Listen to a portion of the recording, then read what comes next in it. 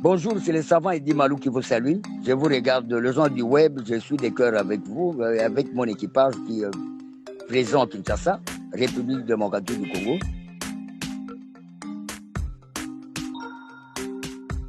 D'abord, commencez par vous abonner.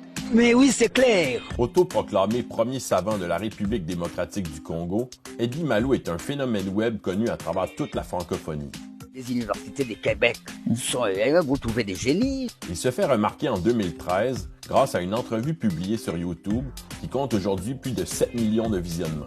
Intentionnez ça dans toute la République démocratique du Congo pour que nous puissions avoir la congolexicomatisation, les lois du marché propre congolais. Véritable scientifique ou artiste conceptuel, on a voulu comprendre le phénomène parce que pour ses fans, ce sont surtout sa rhétorique et ses néologismes propres à lui qui les fascinent. Il faut giguer l'acier sur le front par les Français. Taquinardisé, entorcotocialisé. Admis au panthéon des légendes du web, Eddie Malou a vu plusieurs de ses phrases devenir cultes. Mais oui, c'est clair, mais oui, c'est clair. Eddie Malou, Eddie Malou, Eddie Malou, mais oui, c'est clair. Le journaliste Donny Oumu-Diwoko, qui collabore régulièrement à la page Facebook Eddie Malou officiel, nous a servi d'intermédiaire pour une entrevue avec le savant le plus célèbre de la toile. Le savant Eddie Malou a une influence vraiment grave ici en RDC à Kinshasa. Nous recevons beaucoup de messages de félicitations.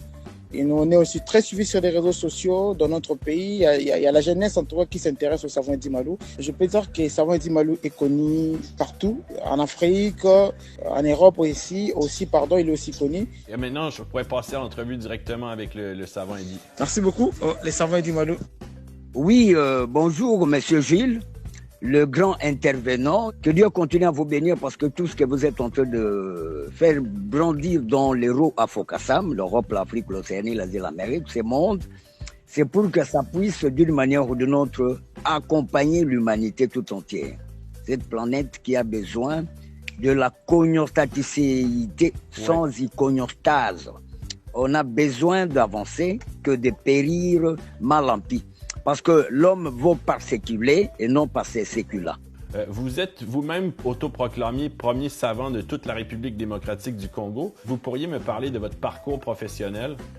Le parcours est bien là. Il y a d'abord, je suis un scientifique d'état parce que jusque-là, je continue à étudier, je continue à développer. Les études ne se terminent jamais. C'est d'abord l'ampleur là, sur le plan scientifique. Il faut maintenant être plus sociogénique, sioniste. Ça veut dire qu'il faut exercer la société où on s'y trouve.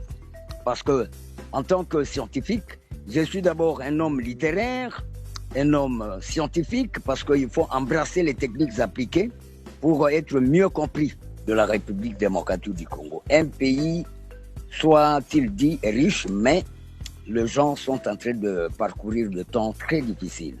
Quel serait votre moment professionnel le plus mémorable comme scientifique? J'ai la facilité dans la sociométrie, la société dans le sous-sol, sol, nature, air, administration. L'anthropométrie et la sociométrie, un intellectuel, c'est quelqu'un qui trouve des solutions autour de son environnement. Or, le Congo a pas mal de potentialités qui devraient être valorisées par la congolexicomatisation. Parce qu'on ne copie pas des politiques étrangères, mais nos propres politiques ici, nous devons vendre les cafés, faire concurrence avec le Brésil sur le plan international. Nous devons être forts en géophysique spatiale.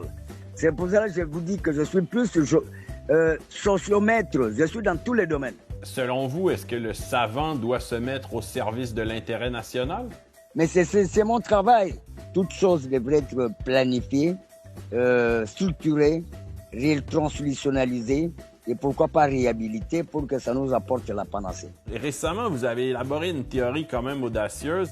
Si je vous laisse comme ça, vous allez continuer à nous amener dans le futilité que je n'aime pas. Football, ça ne donne rien. Le gouvernement doit profiter de ces gens-là.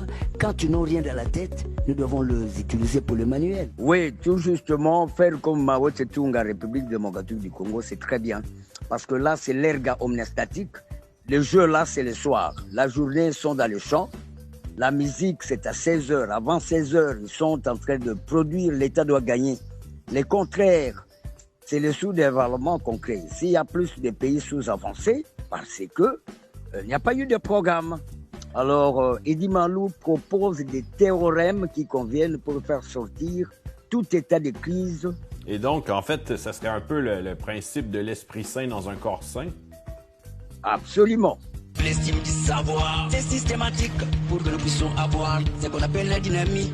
Théorie générale des organisations, systématique de l'orthodoxisation. Qu'est-ce que vous pensez des gens qui font des remixes ou des adaptations musicales de certaines de vos entrevues? C'est cette axiomaticonnalité que je n'aime pas.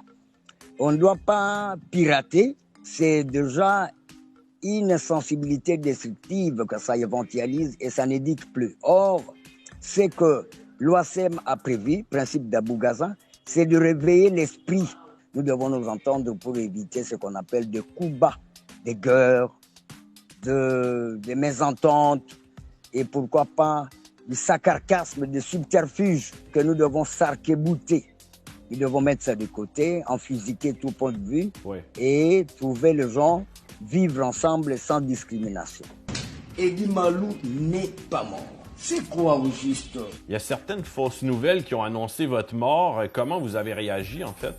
Oh non, ce sont de gens, des moineaux, des ébriationnistes personnes qui allaient dire de n'importe quoi, donner de fausses informations, de Fox News qui ne sont pas considérées du tout parce que le monde entier reconnaît que le savant Eddie Malo est en vie. Ces gens-là sont vraiment blanchis, sionalisés par Dieu lui-même qui est en train de le punir.